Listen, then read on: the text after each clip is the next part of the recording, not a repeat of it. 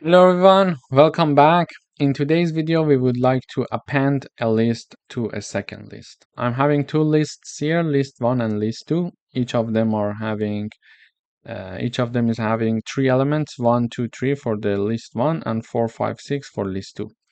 Then I print the message in the output appended list. Then I call the append list function and I'm passing two lists as arguments. They are separated by a comma.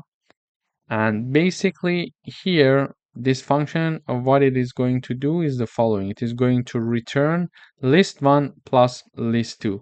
So list 1 plus list 2 is going to append the list for us, and we see in the output. So when I run, I see that 1, 2, 3 is from the first list and 4, 5, 6 is from the second list. So we see that here, using this example and using the plus operator or addition operator, we could append two lists into each other. Thank you.